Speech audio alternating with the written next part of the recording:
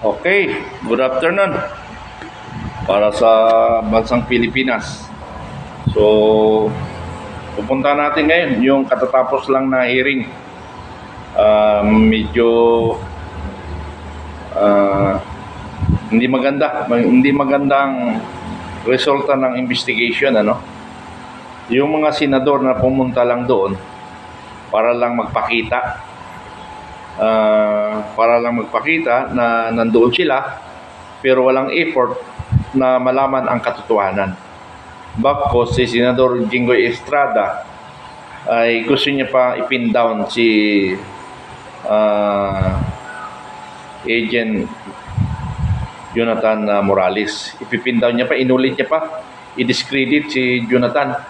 Para sa akin, kahit anong pag-discredit nyo, hindi naman ay ang mahalaga doon yung background ng tao eh. Sabihin natin kung yung reputation niya, pero yung katotohanan, makaka-apekto ba yun sa reputation ng katotohanan? Hindi. Katotohanan ang pinag-uusapan dito eh. Totoo bang nangyari? So kung in overall picture mo, ang nagsasabi lang ng katotohanan doon si Morales, paano natin masabi? Yung kwento niya na pinatawag sa Malacanang, yun eh, hindi gawa-gawa ang kwento. Pero bakit nga siya nandoon siya? Isa na yung magpo-probe sa kanya mga allegation, sa kanya mga isiniwalat. Nagpo-probe yun na totoo ang sinasabi niya dahil pinatawag pa nga sa Malacanang eh. At ito na nga ang sistema, problema sa ating bansa. Ang lahat ng mga whistleblower ay napapasama. Ang lahat ng nagsasabi ng katotohanan ay napapasama. Ito ang problema sa bansa. Kaya sabi ko, sa isip ko, mga senador, gumawa kayo ng panukalang batas na lahat ng mga nagsasabi ng katotohanan ay protektahan. Alam naman natin, may witness protection program. Pero iba yung sinasabi ko na protektahan ang kanyang mga sinasabi. Bigyan pansin ang mga sinasabi. Normal, i-discredit ninyo. Normal naman yun sa investigation. Kahit sa korte, i-discredit yung mga witnesses. Sabihin natin ganon. Pero dapat nag-focus kayo sa katotohanan. Yun ang masaklap eh. Hindi katotohanan ang gusto nyo palabasin ng mga senador. Si Senador Bato ka talaga. Wala rin pagbabago ang ginawa mo. Ang pinapasalamat ko lang sa iyo, Senador, ay binuksan mo ang katotohanan. Pero yung eagerness, hindi ka talaga bumubulyak, mag-follow up. Yun yung problema dyan. Sabihin natin, siguro kulang ka ng information. At saka kulang ka ng suporta ng mga kapwa mo senador. Yung mga senador, isa-isahin natin Si Senador Estrada nandoon para discredit si Morales. Si Robin Hood naman, pinagtanggol niya lang yung artista. Ano ba si Senador Tolentino? Parang wala eh. Si Senador Crispo, nagpaganda lang. Yung may puntos pa, si Senador Chis Escudero, may mga puntos yung sinasabi niya. Na tama naman yung sinasabi niya sa rule of court. Doon lang tayo limitation, doon sa tinuturo niya. Huwag nang tumalon doon sa For example, tinuro niya si Juan. Si Juan lang ang magsasalita kay Pedro. Hindi si Jonathan magsasabi kay Pedro. Kasi hindi naman galing kay Pedro yung information kung hindi kay Juan. So yun ang point ni mas maganda yung ginawa ni Chis Escudero para mayroon tayong sundan. Although alam ng mga senador yan at alam natin, kaya nga lang, minsan nakakalimot tayo sa tense ng sitwasyon. Kasi sabi nga sa rule of court, Kung murder lang ang kaso mo, focus ka lang on murder. Ano? Kung another offense na naman ng murderer, another case yon, another hearing, hindi pwedeng ipagsabay.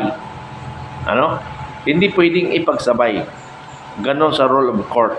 Now, sa Senate, pwede naman ipagsabay, pero yung statement mo or the witness should be nakita mo, narinig mo. Yun lang ang kailangan doon eh.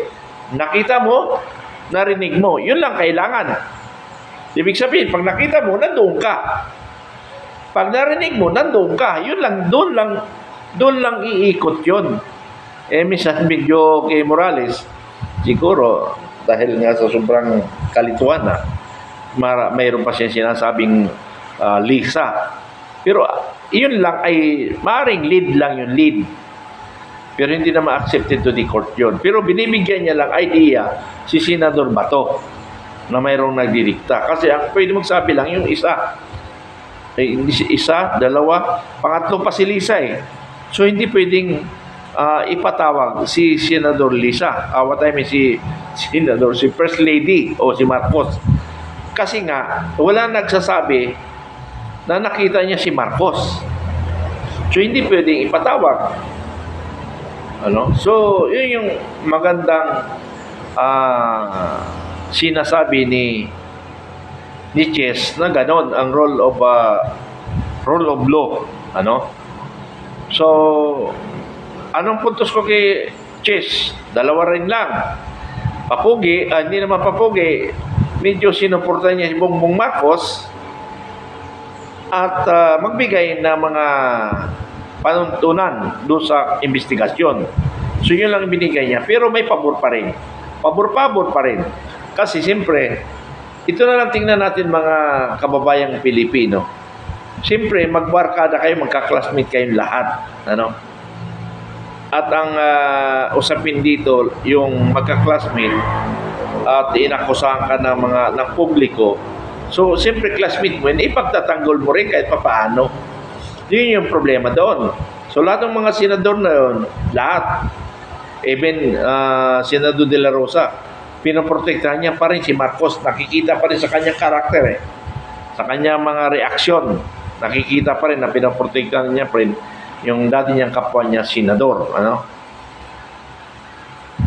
So, lahat sila pumapanig kay Marcos. Ano naman, kasi ang karamihan doon, bata ni Duterte. Sino ba bata ni Duterte doon? Bongo. Ay, si Senador Bongo, nandun rin pala. Okay. Papugi rin. So, Estrada, Padilla, Bongo, De La Rosa, apat na pro Duterte. Isa lang ang hindi pro Duterte. Si Senador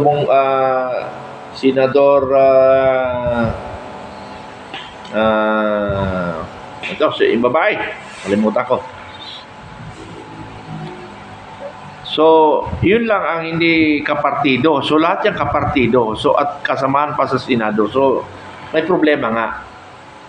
Although si Senador Bato gusto niya ilabas ang katotohanan, kaya nga lang, gusto niyang ilabas manggaling sa tao, manggaling sa kanya mga invited guests. Ang problema nga lang, hindi niya naman sinusundot.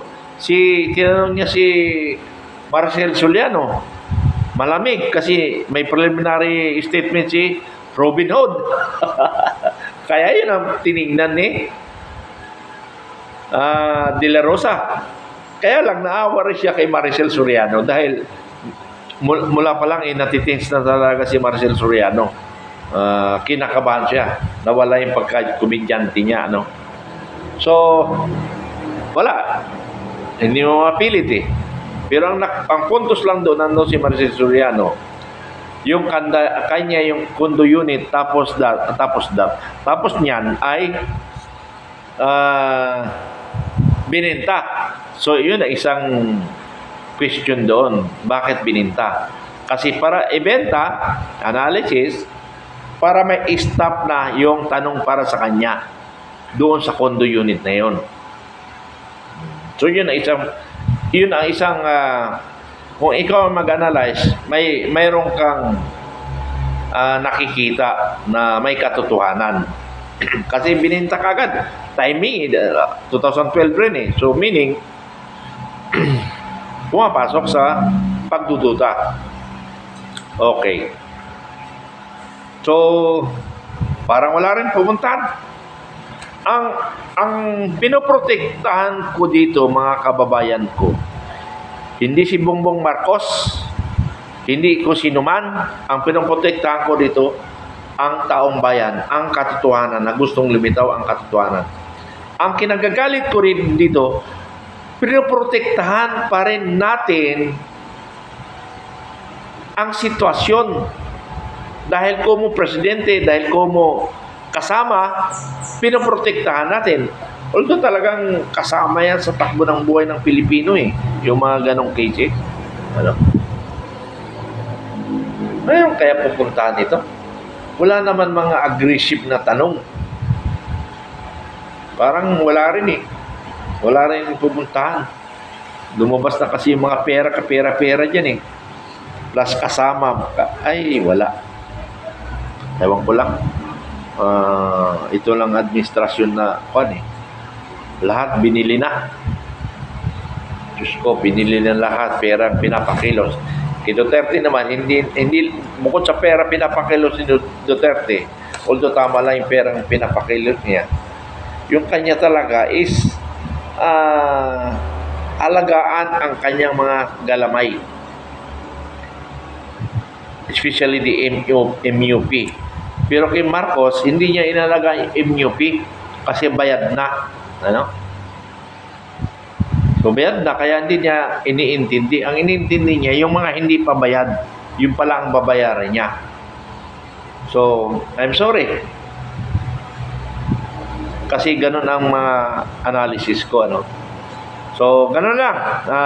Walang nangyari maganda sa Senate hearing. Nagsasayang lang tayo ng oras. Itigil na lang yan. Wala. Wala rin. Wala talaga. Walang pupuntahan. Ano? Walang pupuntahan. Kaya lang, ang nakikita mo dito, sorry medyo inantok na ako eh. Nakakantok kasi yung sitwasyon eh.